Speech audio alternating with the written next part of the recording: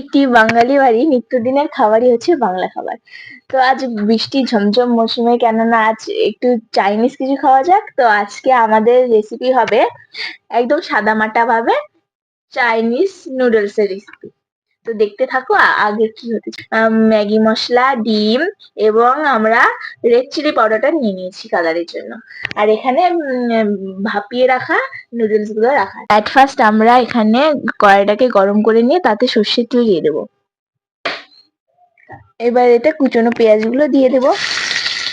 এটাকে এখন ভালোভাবে ভাজার জন্য কিছুটা পরিমাণ লবণ দিয়ে দেবো।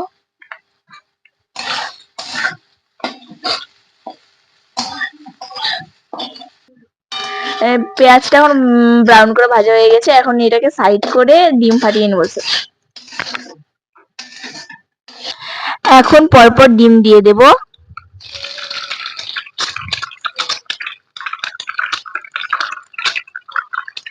দিয়ে দেবো।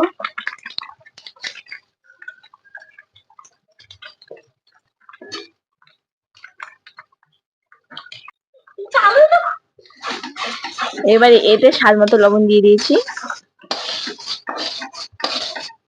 এবার এটিকে ভালোভাবে মিশিয়ে নেব।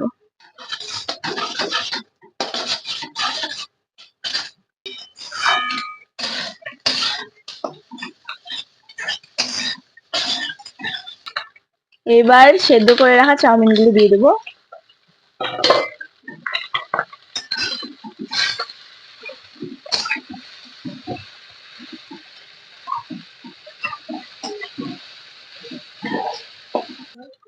এবার পরিমাণ মতো হলুদ গুঁড়ো, লঙ্কার গুঁড়ো, লবণ, বাড়ানোর জন্য ম্যাগি মশলা ভালো করে নাড়াচাড়া করে মিশিয়ে নেব।